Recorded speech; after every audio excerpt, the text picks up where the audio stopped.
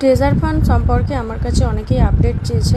তো আমার কাছে এই মুহূর্তে যে আপডেটটা আছে সেটা হলো এখন ট্রেজার ফান্ডে উইথড্র অপশান বন্ধ রেখেছে। কিছুদিন আগে উইথড্র অপশান আবার চালু করেছিল, সমস্ত কিছুই ঠিক ছিল, বাট এখন কিন্তু আবার বন্ধ করে দেওয়া হয়েছে এয়ারড্রপের জন্য।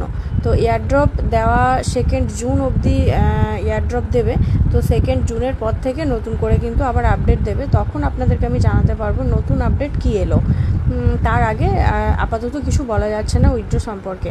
আর একটা কথা, এর আগের ভিডিওতে যেটা বলেছিলাম যে বিএনবি মেরে সোয়াপ করে ডলারটা রিকভারি করে নেওয়ার জন্য, কিন্তু এখন সোয়াপ অপশানও বন্ধ রয়েছে। তাই আমি সবাইকে বলবো এখন বিএনবি কেউ মেরেন না, বিএনবি বেকার মারা হবে, কারণ কি সোয়াপটা হবে না।